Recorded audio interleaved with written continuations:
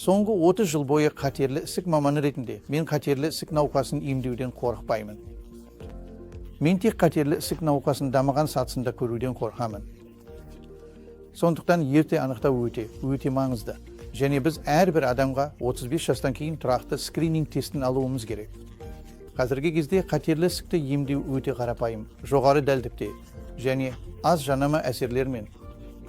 Науқас дене мүшесін жоғалтпай-ақ емдей алады. Науқас аз жанама әсерлермен емдей алады. Қазіргі кезде бізде көптеген құрылғылар мен жоғары дәлдіктегі емдеу әдістері бар. Сіз атаңыз бізде бар. Радиация бойынша, роботтық операциялар бойынша, шектеулі операциялар бойынша, химиотерапия, нысаналы терапия және иммунотерапия бойынша. Бізде қатерлі ісікті жою үшін қолданатын көптеген қарулар бар. Сондықтан қазіргі кезде көріп отырған барлық қатерлі ісіктердің 70-80 емделуде. Сондықтан қатерлі ісіктен қорықпаңыз, бірақ кеш диагноздан қорқыңыз.